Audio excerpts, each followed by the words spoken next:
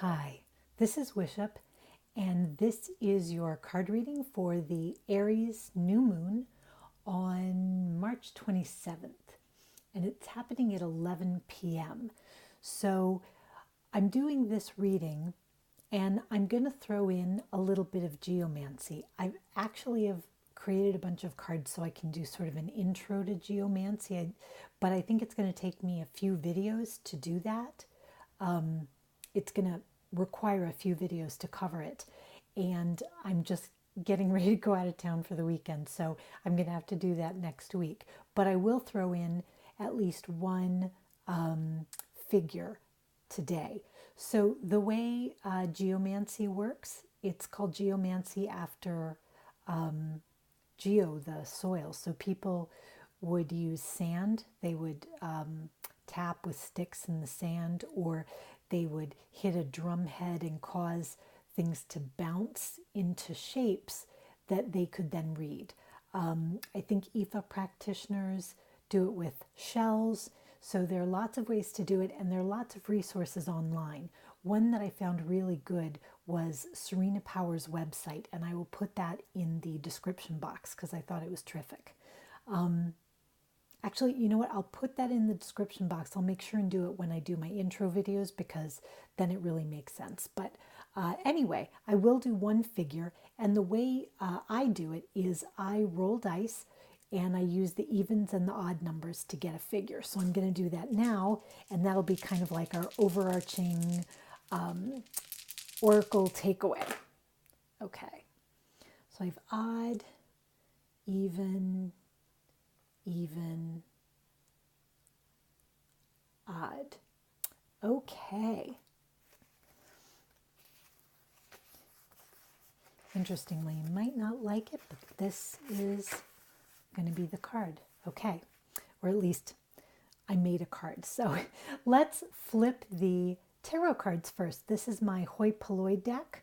So it's sort of a psychedelic colored Rider-Waite clone from the 70s. So the first card, Nine of Swords. And the High Priestess is in the middle. Interesting. And the third card, Seven of Cups. Okay. So, well, this is interesting because it does kind of fit. Let me see if I can focus this so you can see the whole thing. Okay, I've got this kind of propped up on the laptop, so okay, there we go.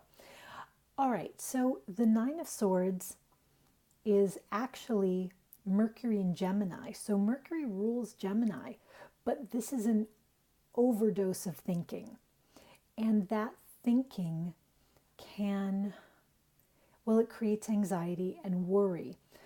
But in the traditional Rider-Waite, you have astrological symbols on this comforter, and underneath this bed, there's like an image of dueling characters.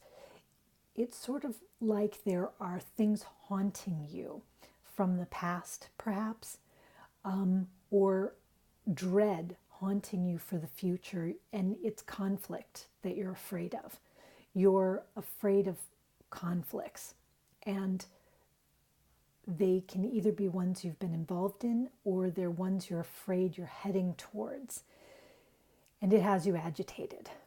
So given that we've got the new moon in Aries and you're being expected, not expected, but a lot of people will be setting new intentions. This is basically the astrological new year, is the first new moon in Aries. So now is a time when you might be setting intentions and you might be holding yourself back because of worries and dread and conflict from the past. Things are haunting you, so to speak, and it can really cause a problem going forward. And in these cards, we can see that because the Seven of Cups can be a card of indecision. So it's a card of Pisces, and it's a card of basically such wateriness and fog that you can't quite figure out what you're doing. Now, people can think of it as being illusion, but I also think of it as imagination, because it's what do you want to make real? And Pisces is a very fluid sign and has access to a lot of collective wisdom. And Pisces is the oldest sign of the zodiac. It's the 12th house. So Pisces has a lot of ancient wisdom and unconditional love going on. And the issue with that is you may not know what you want to retrieve from the past. The Nine of Swords makes it look like you've decided to throw everything away. You're taking the whole past, all of it, every bit of it, and just trying to leave it on the curb. But that doesn't work for a lot of us. I know that people will say all the time, oh, well, you just have to cut it free and, do a cord cutting and then move on. I think that works with some things, and I think that works for some people. But I think there are situations that resist that because they're trying to show you something. They're trying to reveal something to you about yourself. And until you get that message, they're not going away because they're serving a purpose for you. They're really trying to, in a way, heal something or cure something or improve something.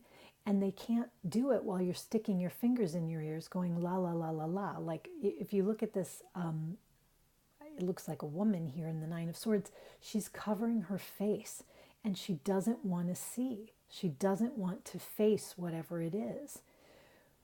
And there are times that we all feel like that. But we've got the High Priestess as this major arcana card sitting right in the middle, which says, in a funny way, she's sort of the elephant in the room because there is something you are not seeing that's in the middle of everything. And if you can't figure out how to pull out what's valuable from the past or from this situation, excuse me, you're not going to be able to move forward in wisdom. The High Priestess is very receptive. Yes, so she represents that yin quality. But she also represents a timelessness. She represents wisdom. You see, she's got the scroll of the Torah. People think of her as having the Akashic records. She knows everything that happened and a lot of the things that will happen, right? She's the ultimate seer. And right now in the Nine of Swords, we have a character who doesn't want to see. And the High Priestess is saying, what is it you don't want to see? Don't be afraid to see the unseen. Because if you see it, then you'll be able to move forward. And moving forward, you will be able to address whatever that one thing is. And instead of seeing every bit of it as being a problem, you'll be able to see the pieces and parts you want. But I sort of think of this because there's this sort of character under this drapery. And you can think of it as sort of the surprise at door number 3. It's like, what is under there? Who is under there?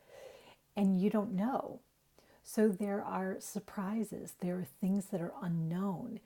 And we tend to treat the unknown of the past and the unknown of our ancestry and things that we, for some reason, still haven't come to terms with. We kind of want to just put them in a cardboard box and put them away.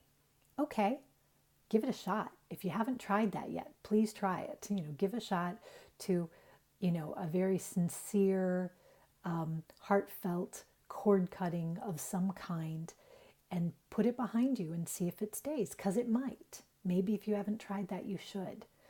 But if you've been trying that and you still feel like there's an issue in your life that you just can't shake, it might be because you haven't really looked at it. The Nine of Swords is ruled by Mercury. Mercury is mental. So this is a need to look at something with detachment, with great detachment. And the High Priestess can help that because she's very calm. So it's a need to look at something in the past with great calmness, with poise. This is the Seven of Cups is the moon in Pisces, right? So we can see it's changeable. It can be kind of mysterious. It can have to do with illusion and fantasy, but it can also do with making your dreams come true, with knowing what you dream of, because this is the dreamiest card in the deck, and this is the most nightmarish one. So you want to convert those nightmares into forward-looking dreams. And I think you can't do it until you really are willing to come to terms with some things. And whatever you're trying to come to terms with, you may not even know what it is. That's what surprises me all the time. That the thing I'm really trying to resolve might be a thing I think I'm done with. So think about meditating and just asking your higher self or your divine guidance or whatever sort of spiritual counsel or spiritual refuge you have. Ask for some revelation of what you can't see. What is it I'm missing? And you may be surprised that you get a call out of the blue from someone in your past and you didn't realize you still had a problem with them, but talking with them, you realized, oh, I'm actually still sort of mad at them. And it allows you the chance to set it free. You can effectively set it free because now you know it's there. I always think of Jacob Marley, shambling through the world with all these chains that he forged in his life. And the worst thing is when you're going through it with chains you don't see. So I feel like the Nine of Swords can represent all of those things that we don't see. But if you see them, you can handle them, you can remove them or help them or heal them, and then you can go forward. So that ties in with this geomancy card I got, which is the card called Carcer, which is prison, which is incarceration. So the head, this is the head, the heart, the belly, and the feet line. So it kind of makes this almost like a vesica or a mandorla. So while it is called the prison, I also think of it as the enclosure because it's ruled by Saturn and it's an earth related figure and it's Capricorn. So it can be about making yourself a gilded cage. You might be at the top of your game, but you feel limited by it. You don't feel free anymore.